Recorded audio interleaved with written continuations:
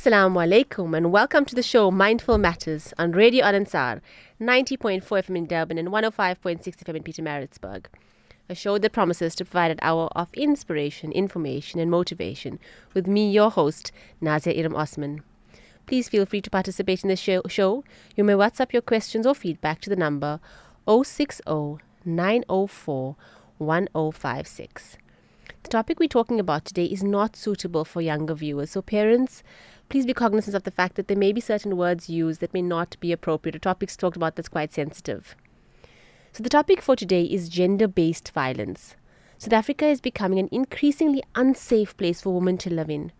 The Crime Against Women in South Africa reports by Statistics SA show that femicide, that is, the murder of women on the basis of their gender, is 5 times higher than the global average.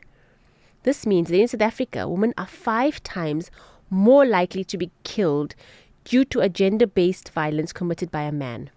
In fact, South Africa has the world's highest rate of gender-based violence, including intimate partner violence, with the woman being murdered every 3 hours.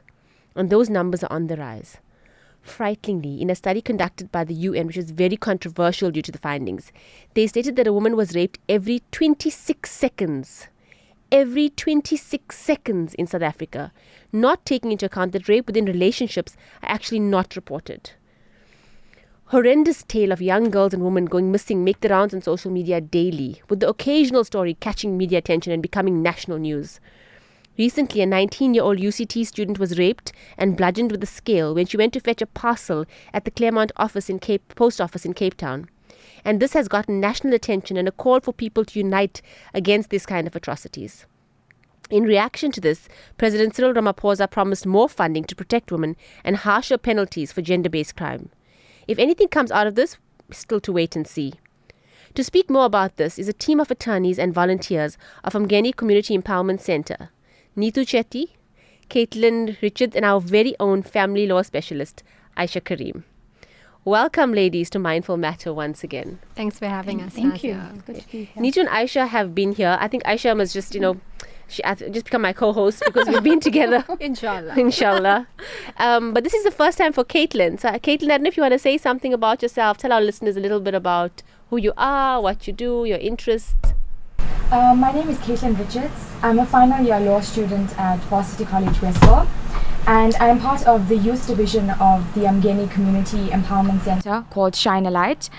And we are basically about education and spreading awareness about anti-human trafficking, and we're just doing our small part in making a change. Oh, lovely. That's great. This is the second time we've had volunteers from Umgeni Community Empowerment Centre. The last we did was gender-based violence. So what exactly is gender-based? Sorry, that last time was human trafficking, my bad. That's correct. What exactly is gender-based violence and what forms do they present in? Gender-based violence is commonly defined as men's violence against women, but more specifically, it's any act of violence that results in or is likely to result in physical, sexual, economical, or psychological harm or suffering to a woman. It's any deprivation of liberty of a woman, and it can occur in a public or in a private sector. It can present itself in various forms, ranging from casually catcalling a woman on street to brazen sexual harassment and more traumatic instances of assault, rape, or human trafficking, and even murder. Okay, so just by being a woman, we're more vulnerable to Yes. certain kinds Yes. of violence or certain actions. Yeah, correct. I think gender-based violence is violence against any gender, but it's so disproportionate against women that it's become something that is very, very unique to women and children. The amount of violence that women experience in this particular arena is shocking. And that's why it's become more of a woman issue than anything else. Because the name doesn't denote female, it says gender-based, Gender-based, but we just yes. take it that it's we're talking about women here. Because of the disproportionate acts of violence against women, more than against men. And I think what we need to note is that it affects anyone. It doesn't matter what your socioeconomic status is, what your origin, your race is, what your religious beliefs are, in which geographical area you're based in. It affects people from all spectrums of life. It doesn't discriminate.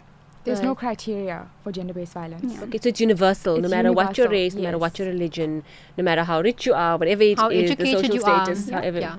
Right. And what are the causes of gender-based violence? The common ones? Okay, so if you're looking at it, and ladies, you're welcome to jump in anytime. All right, it's based on an imbalance of power between men and women. That's what it comes down to.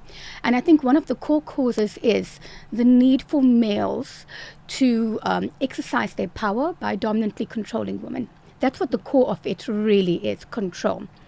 There are various other reasons. I think a big flag for me is patriarchal mindsets and ideologies that still exist in societies today. In spite of how educated women may be, they're always having to swim upstream in getting their place in society. So in as much as we may say we live in an equal society and we have Section 9 of the Constitution and whatnot, women are always having to work that much harder to find our place in society. So patriarchy is a very big part of that mindset that we as women, and just sitting around this table here as women, are working hard to break. We're trying to break those mindsets, and this is a way of doing it. It could also be characterized by a home where violence is the norm and violence becomes the language of communication. And by translation, young men or young male children who are in those kinds of homes think that it's normal to communicate in that manner, and by translation, that's what they do in their relationships.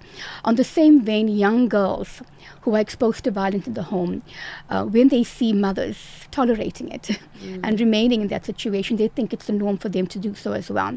Right. So those are some of the causes. It could also be imposed by cultural and traditional practices in neighborhoods. It could be a part of, the social structure which makes it the norm in certain societies. We'd find that predominantly in a lot of impoverished societies, where a lot of women, Caitlin mentioned economic deprivation. As a form of gender-based violence. So we find that women in those kind of societies, because they're not working and they're dependent on the man for their financial income, they feel like they have no other option but to remain there and take it. Yeah, and Nazia, I think at one of the previous shows I was with you, I discussed the issue of economic abuse. That is something that's recognized in our law, even in the Domestic Violence Act. Economic abuse is something that is very ripe in our community and in our society, but I see a lot of people are not educated about this particular area.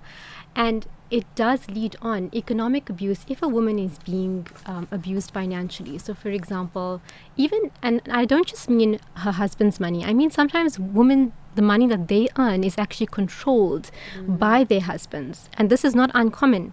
And we see this all the time, especially in my area. Islamically that there's not much to that. Because correct. She can handle her correct. finances. But what's happening in practice? In practice, that's not really what's going on in people's homes.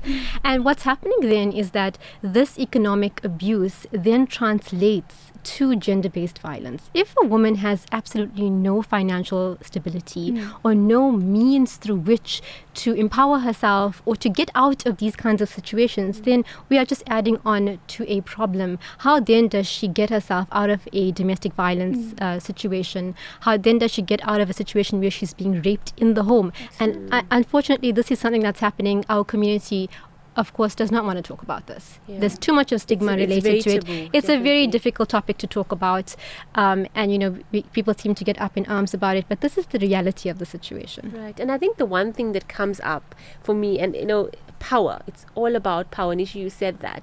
Even rape, people go to why do people rape, and it always comes down to, I don't think it's just sexual gratification. It's a lot of power. Me showing you, where your place is, and it's used as a tool. And this is a huge part of gender-based violence.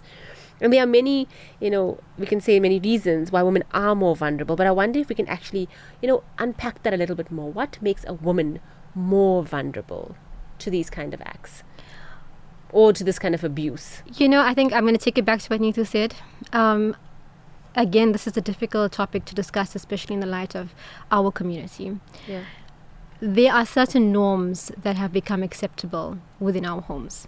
And we need to understand, and I've spoken about this on my social media pages, that it's great to say that the woman out there on the street is getting raped and murdered and killed and human trafficked. But what is happening to the woman within our homes? Because then we'll blame she dressed up like this. Correct. We she went the out one outside after whatever time, and we look for all these other things to blame. But where has this norm come from? The norm has come from within our homes. What are we showing our daughters every day? Is it okay for a woman to be spoken to anyhow? Is it okay for her to not have any financial independence? Is it okay for her to be treated as a doormat? And where do our girls learn this? Believe me, it's not at school.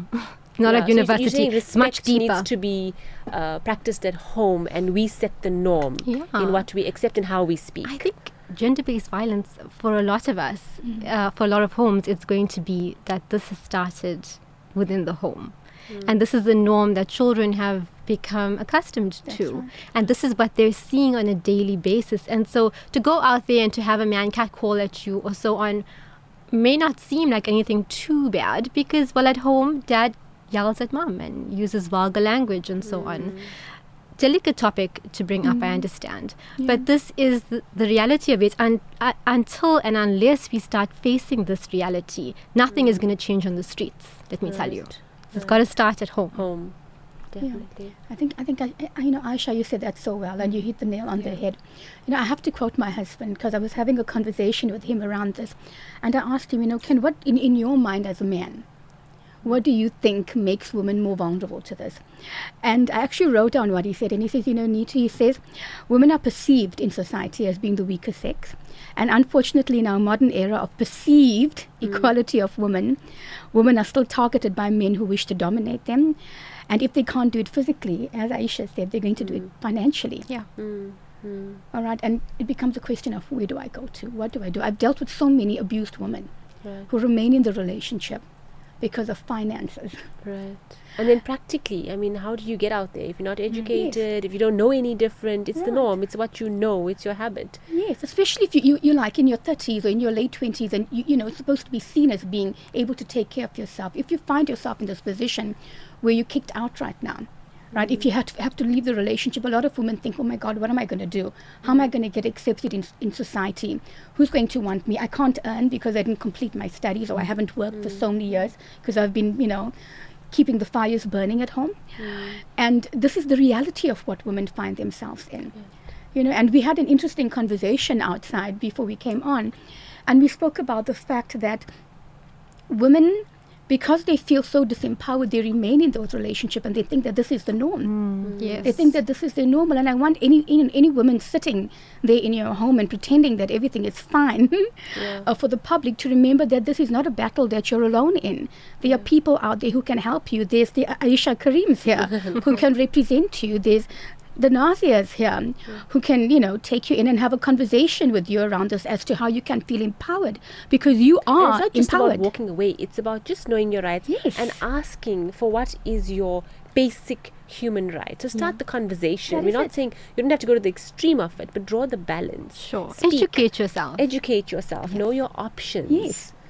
Right. And I think the other thing, we always come down to this, and that is, people don't think that you can use finance to abuse someone. It's very, I think, not spoken about. It's the lesser of the two. Do you have any wounds to show? No. Yes. Do you have your basics covered? Yes. So is it abuse? That's a kind of, I'm playing devil's advocate here. That's what comes manipulation. And power. And that always he who comes down has to money power. has power. That's just the reality of it. And then also, I'm going to take it back a bit to my area of law. If you obviously are not the breadwinner in your home and you've been dependent on your husband, then and there is some form of abuse within that home, leaving means often means that you're going to have to go out there and fend not only for yourself but for your children. Of course. Or you're going to have to deal with the repercussion of him saying this, and this is like sort of it's standard, it seems, with every divorce. I'll take the kids away from you, or I'll get the best, most expensive attorney and I will fight you and take the kids.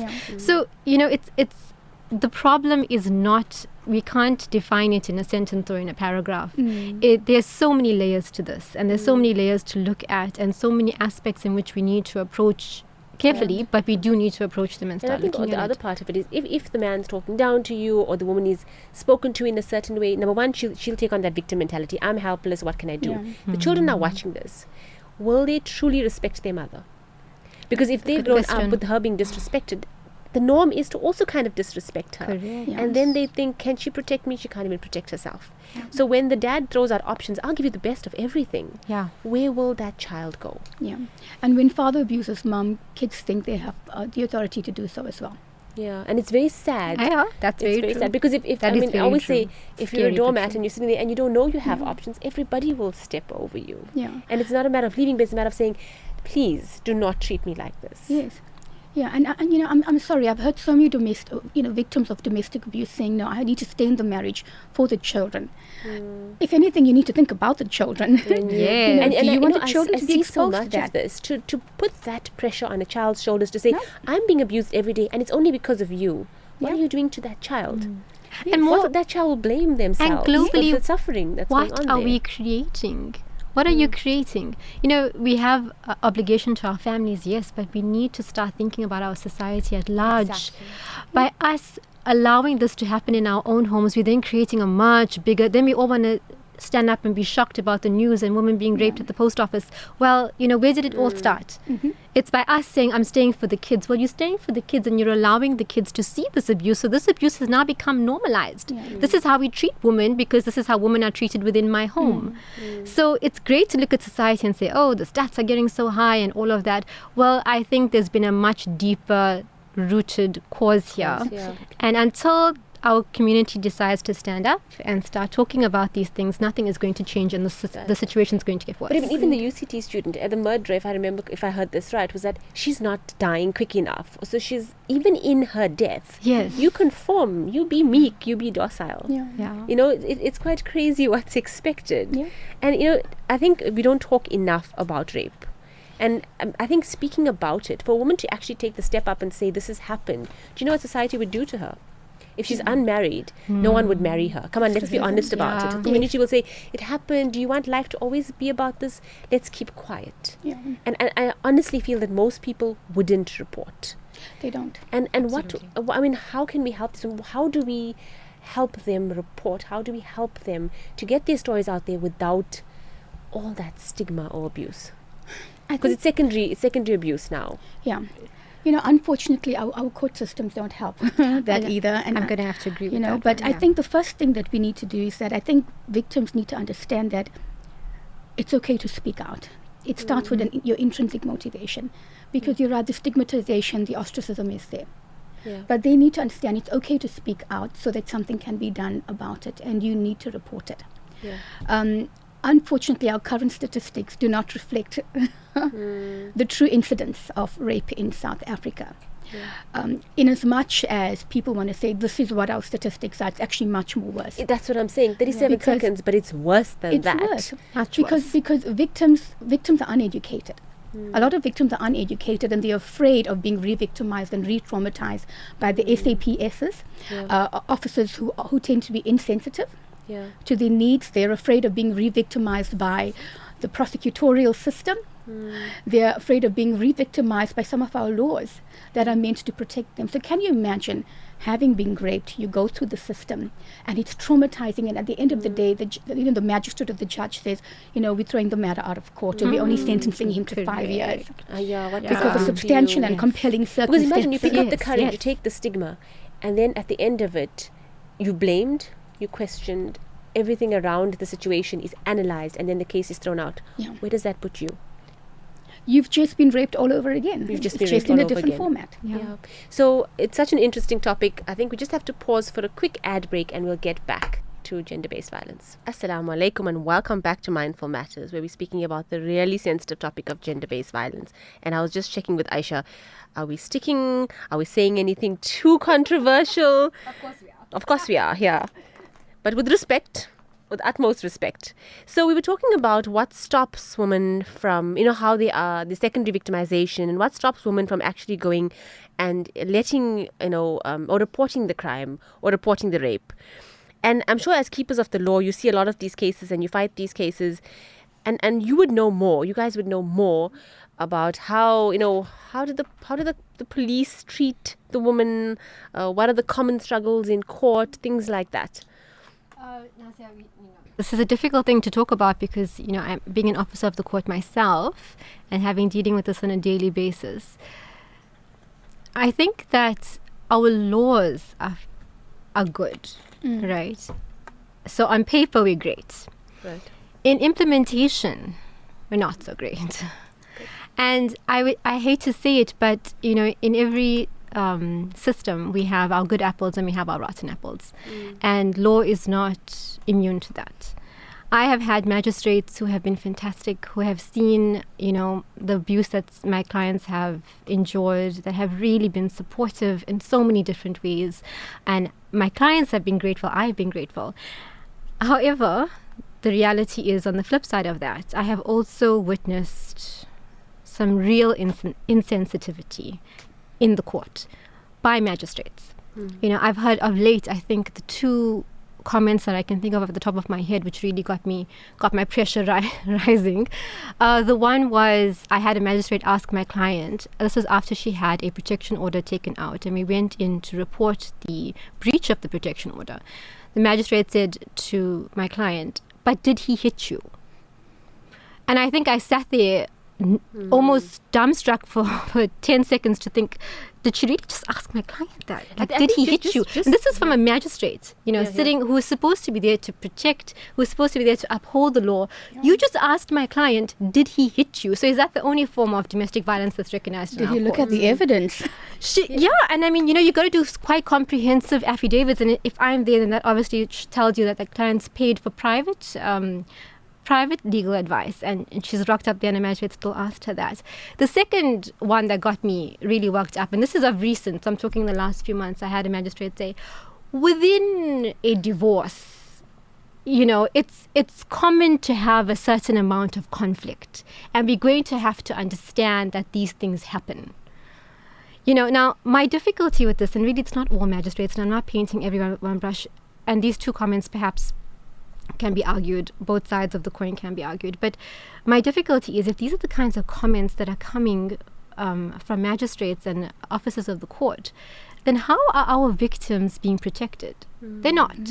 And let me tell you, that client then went back to all her friends in her office and said, this is what magistrate so-and-so said to me in court, and this is what, so don't even bother even going and getting a protection order. It's not even worth it, because this is what the courts say.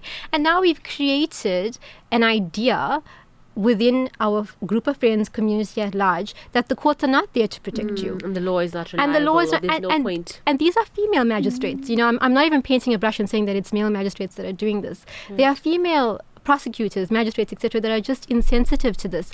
I'm going to take it a step further and say this. Perhaps the reason, and I'm playing devil's advocate here, it's not an excuse, but perhaps the reason is that because there are such severe and serious domestic violence cases, the ones where they're being murdered, the ones where they're being murdered and they're being bashed in their faces and they're bleeding to death on the floor, the ones where he's sort of threatening you and he's being abusive, verbally abusive, and he's threatening you, those ones are not taken as seriously. I'm not saying they're not serious, of course, but I'm saying the courts are so inundated and they're so overwhelmed with the number of serious cases that are coming to them, that the ones that are, I'm going to really put it in inverted commas and say less serious, are not given the time and the attention that they require. I think we're not seeing the bigger picture here, that those ones that are seeing as less, the threats and the verbal abuse, those ones lead to the murders and the rapes and all of that. And I think context has to be taken into account. If we live in a society that's crime-ridden and there's a lot of violence,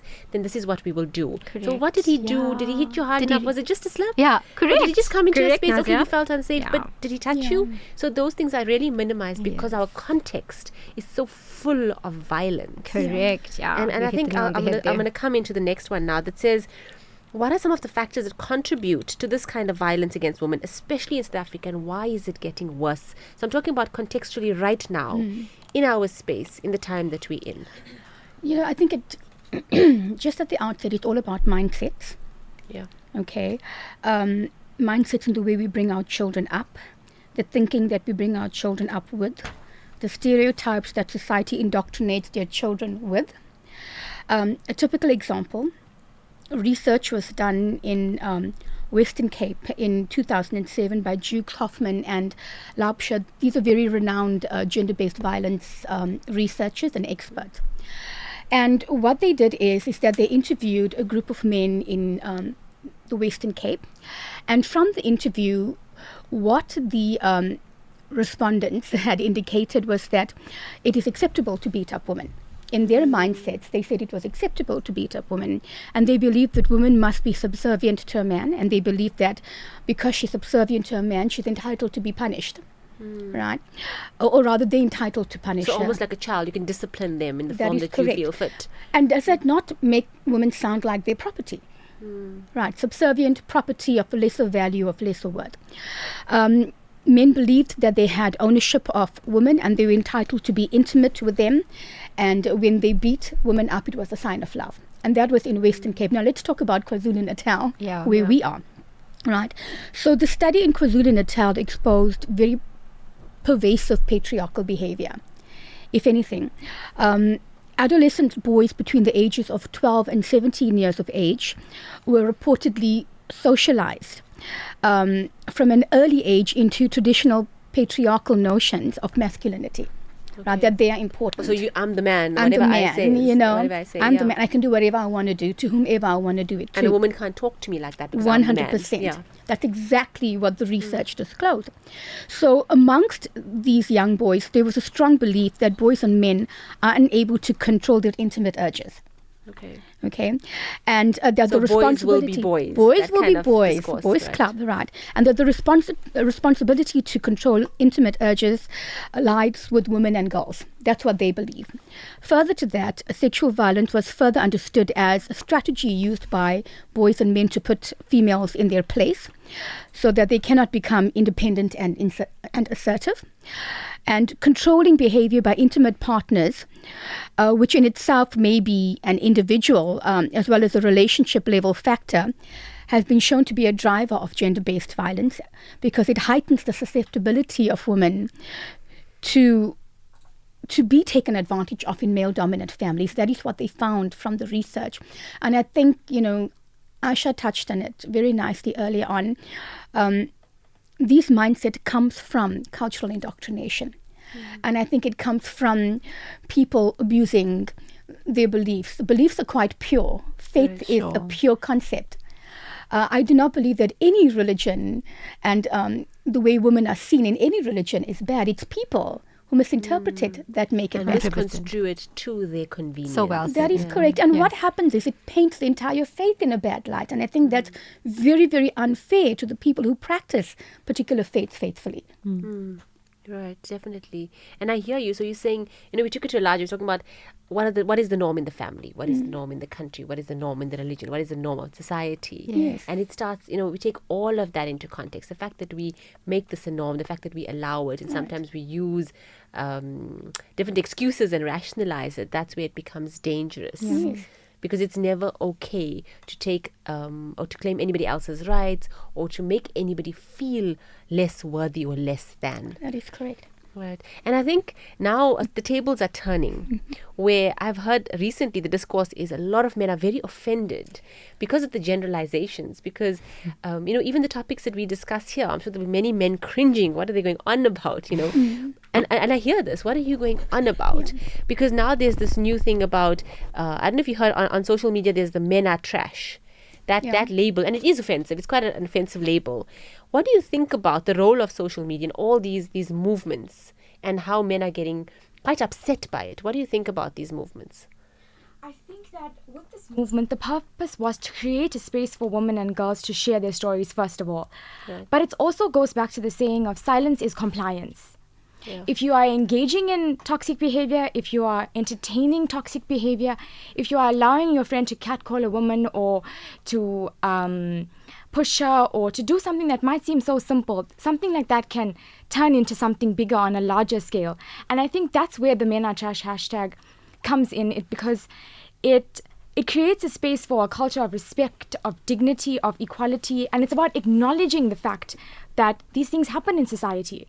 Right. It's about addressing it and deconstructing these social norms. But I'm wondering, Caitlin, men are trash is quite derogatory, and I'm being no, yes, absolutely. So saying okay, women like before it was women are all bad, you know your place, and for us to go back and say, hey, men are trash. And Nazia, that's a bit of. Did it not get the reaction that we needed it to get? Exactly. Yeah, it did. I mean, at the end of the day, if we're gonna say, men, please stop abusing us, stop raping. Come on, guys, come on. All right, I'm going to offer a different perspective now, girls. All right. I'm going to offer a different perspective, and I just want you to hear me out. I think, obviously, social media is a very effective platform to get the message across that gender-based violence is not acceptable. Yeah. And it's not to be tolerated in this modern society of empowerment of women in which we are living in, number one. All right. However, we need to really ask the question, how many of us are on social media most of the time? Most of us are, including men. So it enables them to face the reality of what is happening without escaping from it. So social media is great. And it is a lifeline to victims if used responsibly, if used mindfully. This is mindful matters, right? If used strategically and if used tactfully. So, personally, I, as a woman and an empowered woman, I think I do take exception to a certain extent to the slogan that men are trash, because the phrase is stereotyping all men. That's my point, yeah. Including the good men out there as trash. So I just want to put this out there. My amazing husband is certainly not trash. My father is not trash. My son is not trash. My brother is not trash. If anything, these men in my life have empowered me and encouraged me to be independent, to be outspoken, and strong, as I'm sure a lot of men listening on the show right now do with the women in their lives. I think most of them are. Yes, that's the thing. Yes, there are a lot of good men and out so there. it begs the question, is the generalization of the slogan "men are trash" not equating to a form of gender-based violence as well? Perfectly said, Nitu. Well You done, see? yeah. Because it's painting all men with the same brush. Yes, I'm not denying that the majority of perpetrators out there are male. However, instead of isolating them in this fight against gender-based violence, we should be empowering these men and young boys. We should be educating them and including them in challenging patriarchal, dominant, demeanoring, oppressive, hegemonic, and misogynistic mindsets. So these good men are who we as women need as partners to raise a voice in protecting the mothers, in protecting the sisters, in protecting the daughters of society. Because, I hate to say this, not all men are about that bro code. Exactly. So I agree with you. This battle that's to be fought, the enemy is not within us, it's out there. So let's get together. I hear you, the men are trash, it worked. The slogan was catchy. It got the attention. Yes. But now it's time to say, okay, it got the attention, let's go for something more respectful where we do this together. And it starts with education. In a dignified manner. Yes. Right. And I know it's, Ayesha, I got your point where you said, we did a little bit of gender-based violence ourselves, and look at the attention we got from it. And that's what social media is about, isn't it? Yeah. It's about getting the attention out there. And really, if we had done it in a little bit more subtle way, which I'm certain women before us have tried, I don't think we would have gotten the reaction that we did. And the men standing up saying, but I'm not trash. Well, great, you're not trash. Fantastic. What are you doing about it? Now come on to our side and let's start doing something about together. it. Yes. I think it's just about creating a space for people to share. Yeah. Right. And educating them and making sure that their stories were heard. Yeah. And it wasn't swept under the rug and creating as much noise as possible. Yeah. But I do think it did get misconstrued in the process. It did. Yeah. But, it worked. Yeah. So, but it did work. know? That's true. We're here talking about it, so it definitely works. Exactly. And what can we do as individuals? Because it feels, a lot of the women in these situations feel very disempowered, feel very hopeless and helpless. And when you're living your life being deemed as a victim, you take on the victim mentality, nothing can be done. Yeah.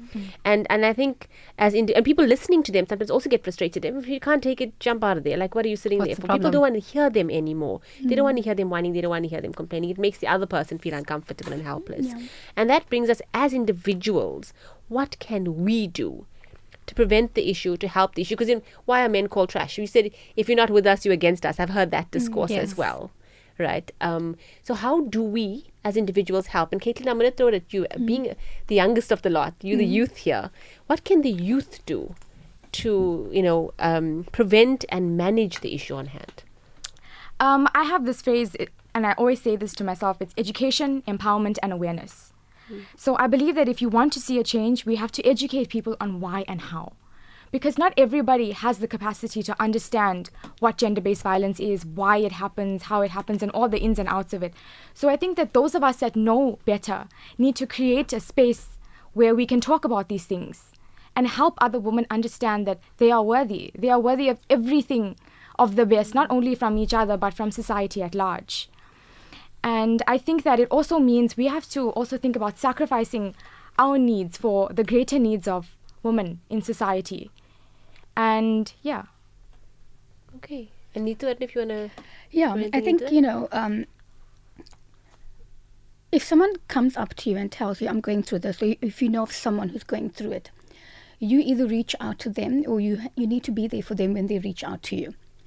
Okay, women need a sounding board, and as women, I would like to think that we have a girl code to uplift each other, not put each other down, and that means, daughter-in-laws, be there for your mother-in-laws. Mother-in-laws, be there for your daughter-in-laws. Sister-in-laws, be there for each other. No form of violence is tolerated. If my brother was beating my sister-in-law up, my brother better run for the hills, right? Because it is not something that I would tolerate. And I'm very glad to say that my mum is someone like that as well. She will never, she would not have tolerated it if my brother would ever do anything like that. But then he had no choice but to respect women because he was brought up in a household full of women. And so he was brought up and educated to treat women the right way. And that is what we as parents need to do in our homes. So if someone reaches out to you, or if you know of someone who's being abused, do not ignore or turn them away. Be a sounding board, point them in the right direction of someone who can advise them of their rights, and encourage them to report it so that they can get, a protection order to protect themselves, or so that they can arrange for the perpetrator to be removed from the household, or they themselves to be removed to a place of safety. Treat them with respect, treat them with dignity. Do not support the victim mentality. Do not disempower them further. There are various places available, and I'm speaking to the KwaZulu-Natal audience right now, that are available, and hands of help that are available if you are in this position, and if you are a victim of gender-based violence. If you need urgent counseling, you are welcome to contact UCEC at 073-114-8969. There's also the Open Door Crisis Center at 031-709-2679. And there are various shelters for abused women throughout KwaZulu-Natal, such as the Kerr House, the Haven, the Ekuzameni Crisis Center, Sahara House. You can contact all of them at 033-264-200. That's good. And I'm glad you gave resources, because without information, what do we do? Yeah. So we have to give them, equip them with the proper information. So if something like this happens, this is what you do. The one thing that I just like to add is that I'm all for helping our victims, and that's fantastic and goes without saying. Yeah. But I think in order for us to make some real change, we need to start coming up with a plan to help our abusers. Right. I know maybe it's taboo. Some people may not agree with me, but that's okay. At the end of the day, if we don't start helping, I don't think anyone wakes up, or I don't think any child is born saying, hey, I would like to get up today and rape and murder, and I would like to be an abusive person. I don't think anyone is born that way. And like Neetu said, every religion encourages us to respect, to honor each other, especially in Islam. We're taught to honor women and to respect women and to be kind to women. So most certainly not within our religion, not within any religion or any culture, are these things allowed or encouraged. So I would like us to start having open conversations with these abusers. If family members, and the beautiful thing about our culture and our community is that we're very family orientated, so let's use that. Very resourceful, and I think within the community, correct, and let's use that to our advantage. Sure, there's a lot of disadvantages with having family constantly in your business, but one of the advantages is that you get to call on the elders. You get to call them on and say, look, this is what's happening within our home, and it's up to those elders to come together and say, yes, we would like to help the victim, and we'd like to get you some counseling and maybe get you out of the situation. But more so than that, this abuser needs help. It is a cry for help, is it not? Yeah, no, definitely. Definitely it is. And we need to start looking at that and be open to that, and we've got to remove the stigma surrounding, and I know you've spoken about this, the issues of, mental illness and so on. There's so many reasons why these things happen and why people do it. And we can't paint everybody with the same brush. Yeah. But if we start encouraging these abusers to get help, acknowledge this is not okay. And I think some of them are not doing it on purpose. Yeah. I don't think every single man wakes up out there and says, today I'd like to beat up my wife. It's more like emotional regulation. I don't think so. Not I hope not. Hurt people hurt people. Correct. And like Neetu said, not all men are trash. Most certainly, I know your husband's not trash now, so neither is mine, alhamdulillah. But most certainly, there are those men out there that are doing disrespectful, illegal activities, and they need help. Yeah. And it's up to us, the good men out there and the women, to acknowledge that and say, look, we don't want to disregard you from society and have you locked up in a mental home. We would actually like to help you if you want to get that help.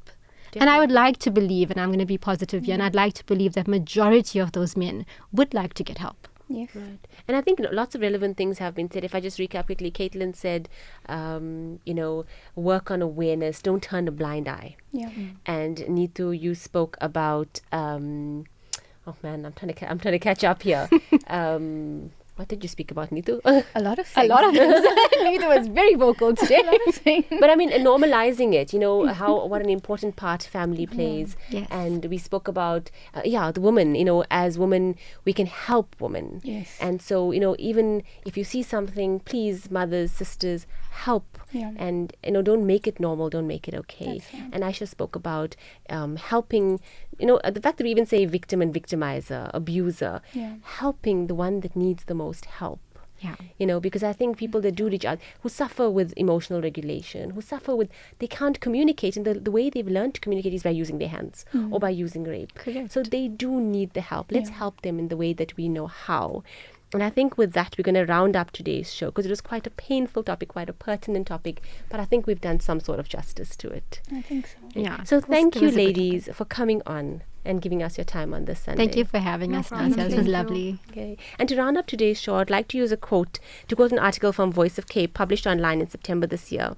It says, as the ground well of anger against femicide intensifies across South Africa, Muslim clerics have urged men to interrogate their role perpetuating gender-based violence. The complicity of men has become a topic of conversation, and hashtags "Am I Next" and "Men Are Trash" dominate the public discourse, while the overwhelming call of the government to strengthen the criminal justice system just goes louder. Activists believe that attitude of men is the prevailing problem. So speaking to the Voice of Cape this week, the Muslim Judicial Council of South Africa said society could not merely condemn rape and murder of women and children, but must address the continuous culture of violence in our community. It is therefore important for us to reflect on and emulate the character of our Prophet Muhammad sallallahu alaihi wasallam, who mentions on the authority of Hazrat Abu Huraira, the most complete of the believers in faith are those with the most excellent character, and the best of you are the best in behavior to their women. So next week we will be joined by Sister Nadira Chippa on a show called Happily Ever After. So it'll be a much, I hope, lighter topic, but I don't think so. But anyway, so Assalamu Alaikum, and I hope the show lived up to the promise to inspire, educate, and motivate. Remember, be mindful, be kind, and enjoy the rest of your week. See you next week, same time, same place. For me, your host, Nazia Iram Osman.